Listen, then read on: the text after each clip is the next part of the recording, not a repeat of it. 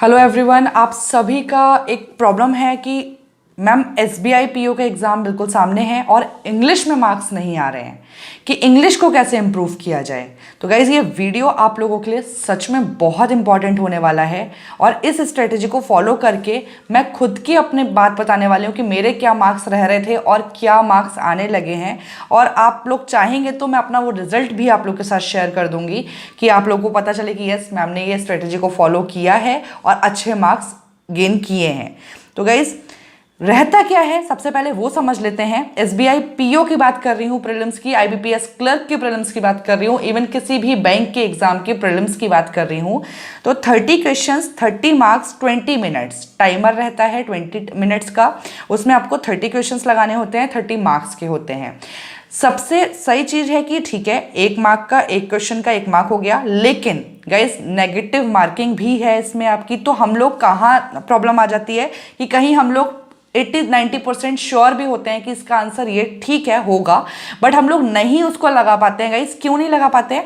क्योंकि negative marking है, गलत हो जाएगा।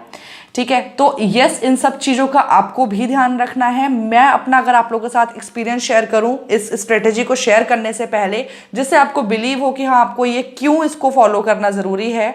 और ये भी मैं आपको इसमें बताने वाली हूँ गाइज कि how many month it will take to get 20+ marks in English.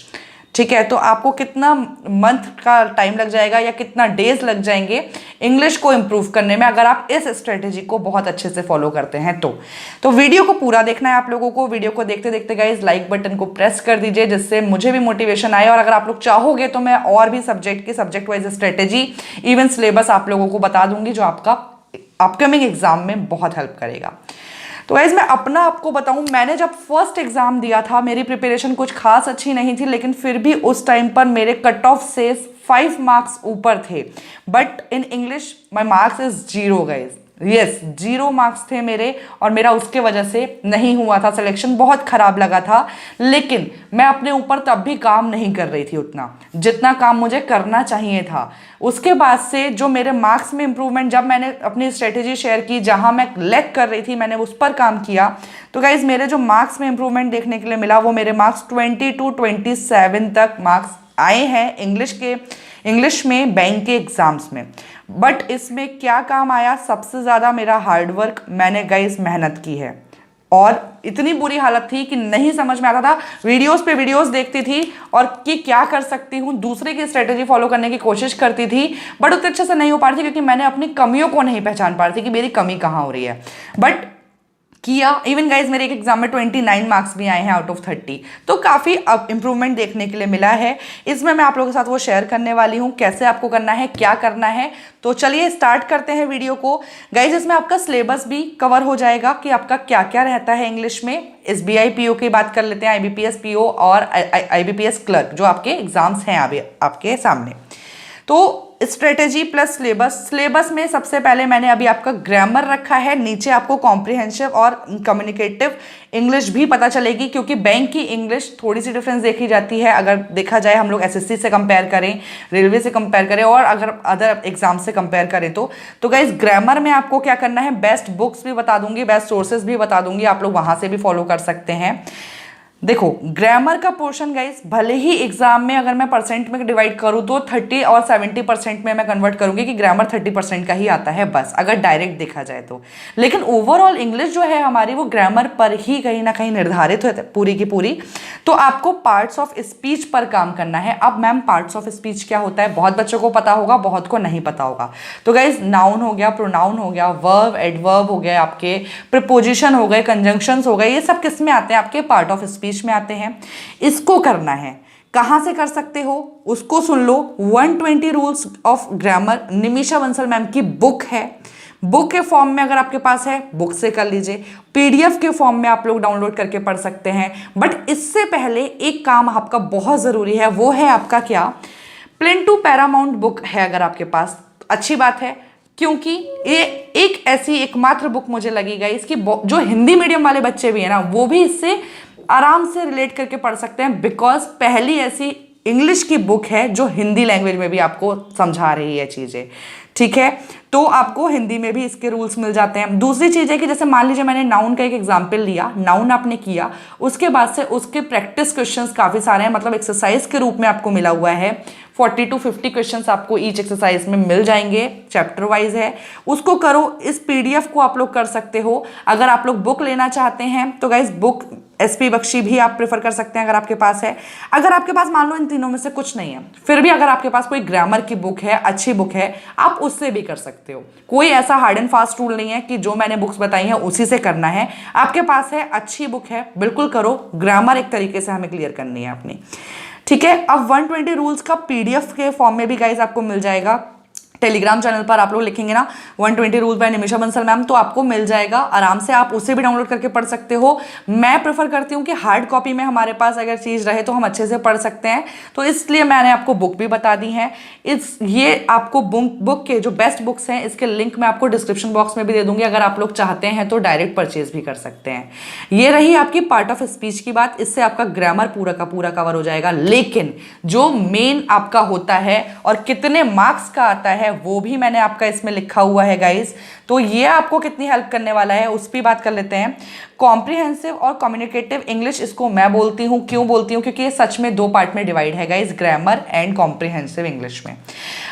इसमें बैंक में आपका क्या ज़्यादा देखा जाता है, बैंक में गाइज आपका देखा जाता है कि आपका जो कम्युनिकेशन लेवल है उस पर मतलब आपकी कितनी कमांड है, इसीलिए आपका इसका टेस्ट होता है जिसमें आपके आते हैं, ये सिलेबस भी आप नोट कर सकते हैं। Reading comprehension guys 5 to 7 marks, even 10 marks का भी देखने के लिए मिलता है, जिसको आरसी बोलते हैं शॉर्ट फॉर्म में। Cloze test 5 marks, fillers 5 marks, parajumbles देखने मिलते हैं जिसे रीअरेंजमेंट भी बोल सकते हैं, रीअरेंजमेंट करके भी आता है, पैराजम्बल्स करके भी आता है, ये भी 5 मार्क्स। एरर्स के क्वेश्चंस आपको देखने मिल जाएंगे 5 मार्क्स। मैच दी कॉलम हो गया, अलग अलग साइड में गाइज आपके ABC और दूसरी साइड में आपका उसके आगे के लिखे रहते हैं, उसको आपको मैच करना रहता है। स्पेलिंग एरर्स हो गए, वोकैब्स हो गए, और लास्ट में मैं आप लोगों को बताऊंगी यस कि how many month it will take to get 20+ marks in English, ठीक है। अब इसे कैसे करना है मैम, इसे ही तो टैकल नहीं हो रहा है हमसे, इसी को तो आप बताओ। तो यस गाइज ध्यान से सुनना, यहाँ से वीडियो आपका इंपॉर्टेंट होने जा रहा है बहुत ज़्यादा। बात कर लेती हूँ reading comprehension and cloze test की, बिकॉज ये ज़्यादा मार्क्स आपके कैरी कर रहे हैं। सभी लोग बोलते हैं, मैं भी बोलूँगी, तरीके के साथ बताऊंगी कि करना कैसे है। आपको करना है न्यूज़पेपर पे अपनी कमांड बनानी है, न्यूज़पेपर रीडिंग गाइज स्टार्ट करनी है। मैं आपको कौन सा सजेस्ट करती हूँ गाइज, मैं जो आपको रिकमेंड करती हूँ हमेशा से वो बताती हूँ कि द हिंदू आप करो। ऐसा नहीं है कि द हिंदू अगर किसी के आप मान लीजिए आ रहा है इंडियन एक्सप्रेस वगैरह, आप उससे कर सकते हो, आराम से आप किसी भी न्यूज़पेपर से पढ़ सकते हो जो इंग्लिश का है। द हिंदू मेरा रहना कहने का इसलिए रहता है हमेशा क्योंकि इससे एग्जाम में ना डायरेक्ट एडिटोरियल वाला जो इसका सेशन रहता है उसका डायरेक्ट क्वेश्चन उस टाइप का पैराग्राफ देखने के लिए मिल जाता है, तो काफ़ी हेल्पफुल है। अब कैसे रीडिंग कॉम्प्रिहेंशन यहाँ से कवर होगा, तो गाइज अगर मैं पीओ की बात कर लेती हूँ तो पीओ में आता है फाइनेंस बेस्ड, इकोनॉमिक बेस्ड, तो सारा का सारा न्यूज़पेपर ये कवर करता है। न्यूज़पेपर में भी ये नहीं है कि आपको बोरियत से पढ़ना है गाइज, 1.5 से 2 घंटा आपको न्यूज़पेपर रीडिंग में देना है। उसमें जो आपको लगे कि हाँ ये पोर्शन हमारा इस पर इंटरेस्ट है, जैसे स्पोर्ट्स हो गया, बिजनेस पेपर हो गया आपका, नेशनल इंटरनेशनल न्यूज़ेज हो गए, एडिटोरियल का पार्ट हो गया, नहीं भी अगर समझ लो कुछ भी अगर आपको इसमें से नहीं करना है, ये सब कुछ भी आपको अच्छा नहीं लगता है, तो कैसे स्टार्ट कर सकते हो पढ़ना। एडिटोरियल के नीचे में एडिटर्स जो हैं लिख के अपने छोटे छोटे उनके पैराग्राफ्स में लिखा रहता है कॉलम्स टाइप में, उसको आप रीड करना शुरू करो, पढ़ना शुरू करो। गाइस मेहनत तो करनी पड़ेगी तभी होगा। तो ये तो आपकी रही कि द हिंदू के न्यूज़पेपर से आप पढ़ सकते हो। गाइस द हिंदू का न्यूज़पेपर मैं अपने टेलीग्राम चैनल पर डेली मॉर्निंग में इसका पीडीएफ देती हूँ, आप लोगों को फ्री में रहता है। अगर किसी का कोई भी न्यूज़पेपर नहीं आता, कोई विलेज एरिया से बिलोंग करता है, तो उनको यहाँ से बहुत हेल्प हो रही है। टेलीग्राम चैनल का लिंक मैं डिस्क्रिप्शन बॉक्स में दे दूंगी। तो यहाँ से आपका reading comprehension cloze test complete हो गया। अब बात है कि मैम इसमें से हम अगर ये करते भी हैं तो कितने मार्क्स ला सकते हैं। तो गाइस जस्ट 5 to 7 मार्क्स जो मैंने लिखा है ना, 5 to 6 मार्क्स आप आराम से इस तरीके से ला सकते हो। क्लोज टेस्ट में आप चाहो तो पूरे के पूरे मार्क्स ला सकते हो, बिल्कुल आराम से ला सकते हो। रही बात कि मैम फिलर्स है, पैराजम्बल्स है, एरर्स के क्वेश्चंस हैं, इसको कैसे करना है। गाइज न्यूज़पेपर और ग्रामर मिला के ये आपका बिल्कुल आराम से कवर होगा, क्योंकि फिलर्स में भी ग्रामर का रोल भी होता है गाइस, और आपका रीडिंग का भी होता है। रीडिंग स्किल्स अगर आपकी बहुत अच्छी हैं, अपने इंप्रूवमेंट दिखाया है, उसमें मेहनत की है, तो आपको अपने मार्क्स खुद बढ़ते हुए दिखेंगे। क्योंकि कहीं ना कहीं फिलर्स ना, जैसे पहले आपको देखने मिलता है सिंगल फिलर्स होते हैं, डबल फिलर्स होते हैं, ट्रिपल फिलर्स भी देखने मिल रहे हैं अब एग्जाम में, बट वो मेंस वगैरह में ज़्यादातर मिलते हैं, और अगर प्रीलिम्स में मिलेंगे तो ईजी लेवल रहेगा। तो इसमें आपकी ग्रामर भी काम आ जाती है, इसलिए रिविजन करते रहा करो। पैरा जंबल्स में गाइज आपको शफलिंग करना पता हो, मतलब चीजें जब न्यूज़पेपर पढ़ोगे आपको पता चल जाएगा कि यार इस सेंटेंस से पहले ये सेंटेंस नहीं आएगा, इसके बाद आएगा, तो आप फॉर्म कर पाओगे। एरर्स के क्वेश्चंस आपके ग्रामर से कवर हो जाते हैं। ये अगर आप बात मानिए मेरी, 5 मार्क्स इसमें मान रही हूँ, 5 मार्क्स पूरे आप इसमें भी ला सकते हो, इसमें भी 5 मार्क्स ला सकते हैं। और एरर्स अगर आपका बात करते हैं तो ग्रामर पे अच्छी पकड़े तो गाइस पूरे इसमें भी ला सकते हो। ऐसे करते करते अगर मैं काउंट करूँ 5, 5, 10, 15, 20, 25 मार्क्स तो गाइस यहीं से हो गए। अगर मैं मान लीजिए कि 1-2 मार्क्स इनमें से कम भी कर ले रही हूँ कि मैम इतना तो नहीं हो पाएगा, आप बोल रहे हो बट नहीं होता है, तो मान लीजिए मैंने इसमें से कम कर लिया 1 या 1-2 मार्क्स भी कम कर लिए, तो भी आपके 20+ मार्क्स आप ले आओगे। क्योंकि अभी मैंने मैच द कॉलम्स छोड़ दिया, जो मिसलिनियस 4 to 5 मार्क्स में आता है, जैसे स्पेलिंग एरर्स हो गई, वॉकैब। अब वॉकैब आपकी अलग से तो नहीं आती, ये मत दिमाग लगाइएगा कि अलग से आ रही है, मैं बिल्कुल नहीं बोलूंगी ऐसा। रीडिंग कॉम्प्रिहेंशन में आपकी आती है गाइज वॉकैब 2 to 3 मार्क्स की, और अगर आपकी वॉकैब पर अच्छी पकड़ है, आप यकीन मानिए आपके बहुत अच्छे मार्क्स आ जाएंगे प्रीलिम्स में भी और मेंस में भी। वॉकैब भी आपकी कहाँ से कवर हो जाएगी? द हिंदू के न्यूज़पेपर से गाइस आप बहुत आराम से कर सकते हो। कैसे कर सकते हो?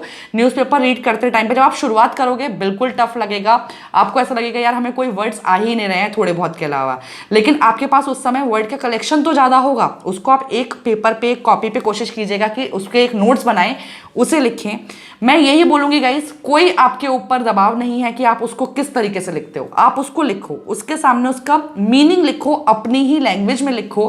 कोशिश करो कि इंग्लिश में लिखो, लेकिन अपनी लैंग्वेज में लिखना शुरू करो, धीरे धीरे आप भी प्रो लेवल पर पहुंच जाओगे। और देखो, कोई भी आपके नोट्स उठा के नहीं देखने आ रहा है, आपको देखना है, आपको पढ़ना है, आपको समझना है, तो वॉकअप पे भी बहुत अच्छी पकड़ बन जाएगी।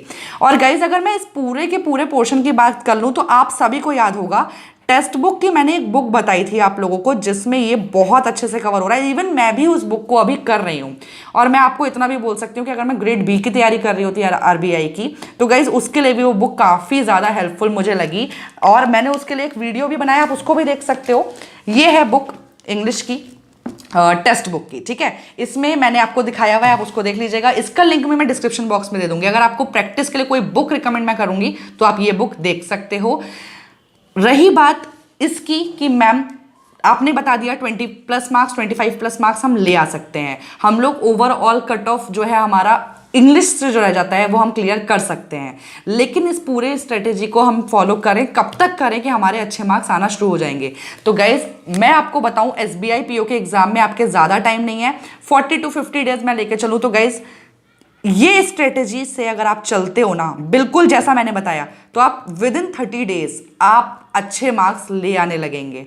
प्रैक्टिस करना बहुत जरूरी है। जब आपका ये सारा हो जाता है ना, इसका ये सारा काम हो जाता है, तो आपका काम बचता है डेली वाइज प्रैक्टिस करना क्वेश्चंस की। डेली आपका एक काम है, जैसे आप खाना खाते हैं कि लंच कर रहे हैं, डिनर कर रहे हैं टाइम पर, वैसे ही आपका काम है प्रैक्टिस करना इंग्लिश की। जो हमारा टफ पोर्शन रहता है गाइज, जिसमें मार्क्स नहीं उठते, उस पर हमें मेहनत करनी पड़ती है। सभी लोगों से बोलना चाहूंगी कि अगर आपको कोई क्वेरी, कोई डाउट रह गया होगा मन में अभी भी, तो गाइज आप लोग मुझे बिल्कुल कमेंट करके बता सकते हैं। चैनल सब्सक्राइब कर लीजिएगा, बिकॉज मैं ऐसे आपको इस सब्जेक्ट वाइज स्ट्रेटेजी और भी दे दूंगी, जिससे आपके SBI PO, IBPS clerk, IBPS PO के एग्जाम में बहुत ज़्यादा हेल्प हो जाए। और वीडियो अच्छा लगा हो तो प्लीज़ लाइक एंड शेयर कर दीजिएगा। Thank you for watching this video guys, मिलते हैं नेक्स्ट वीडियो में।